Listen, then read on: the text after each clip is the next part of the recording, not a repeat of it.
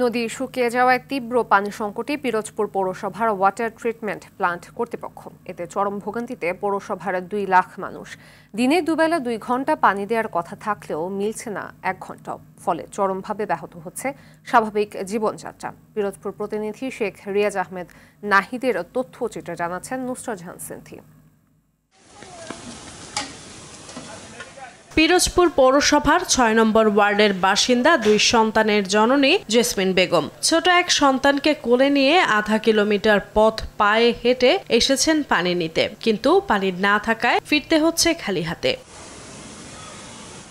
জেসমিনের মতো সুপেয় পানির চিন্তায় উদ্গ্রীব পৌরসভার বেশিরভাগ পরিবার, কারণ গত কয়েক মাস ধরে এখানে পানির সমস্যা তীব্র আকার ধারণ করেছে। ৪-৫ বছর ধরে আমরা পানি পাই না, একটু মোটর চাললে পাই, হয়তো ১৫ মিনিট ২০ মিনিট পানি পাই, হেতে আমার গয় না, পানি পাওয়া যায় না। বাচ্চা কাচ্চা নিয়ে হাঁটতে শিকলছি নিয়ে ফিরে যাওয়া লাগে, পানির কষ্ট অনেক। আমরা একটু পানি চাই। পানি নিয়ে দুরবস্থা শেষ নাই। আমরা একদিন পর একদিন পানি পাই, তাও হয়তো ১৫-২০ মিনিট পাই। পানি নিয়ে সমস্যা আমাকে এই ৬ নম্বরে আজ প্রায় দীর্ঘ ৪-৫ বছর পর্যন্ত কোনো পানি নাই। একদিন পর একদিন তো পানি দেওয়ার পর পানিতে গন্ধ, কিন্তু বিল ঠিক। পানি পাই না ৪-৫ বছর পর্যন্ত লাইনে পানির বিল দিই প্রত্যেক মাসে মাসে ৪১২ টাকা করে। ১৫০ বছর পুরনো পিরোজপুর পৌরসভায় সুপেয় পানি সরবরাহের জন্য বিভিন্ন এলাকায় নির্ধারিত ছিল পুকুর ও নলকূপ। সময়ের ব্যবধানে এবং জনগণের চাহিদা বাড়ায় জেলা জনস্বাস্থ্য বিভাগ ১৯৮৩ সালে সুপেয় পানির জন্য চালু করে শোধনাগার, যেখানে শুরুতে প্রতি ঘন্টায় উৎপাদন হতো প্রায় ৫০,০০০ লিটার সুপেয় পানি। সময়ের ব্যবধানে উৎপাদন বেড়ে তা ২.৫ থেকে ৩ লাখ লিটার দাঁড়ালেও চাহিদার তুলনায় তা খুবই কম। আমাদের নদীতে নাব্যতা থাকার কারণে নদীতে পানি ঠিক মতন আসে না আপনার, এই কারণে নদী পানি শূন্য হয়ে যাচ্ছে দিন দিন। আর এই নদীর কারণেই আমাদের ওয়াটার ট্রিটমেন্ট প্ল্যান্টের পানিটা আমরা ঠিক সময় মতো পাচ্ছি না আপনার এই শুকনো মৌসুমে।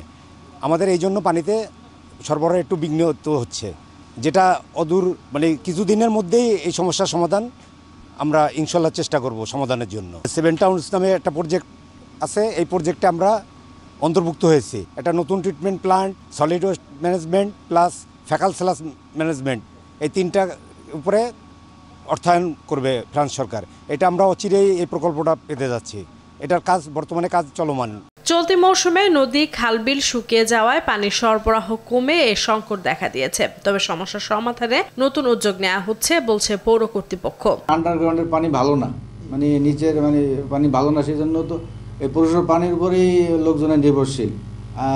এই জন্য সবাই পৌরসভার পানিটা চায়, কিন্তু আমরা সেভাবে আমাদের সক্ষমতা নাই আর কি। তো ওই প্রকল্পটা হলে আমরা ইনশাল্লাহ সমস্ত লোকজনকে পানি পৌঁছাতে পারবো মনে হয়, আশা করি।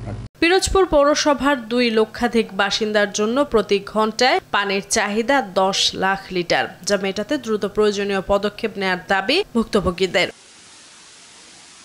নুসরাত জাহান সিনথি, RTV।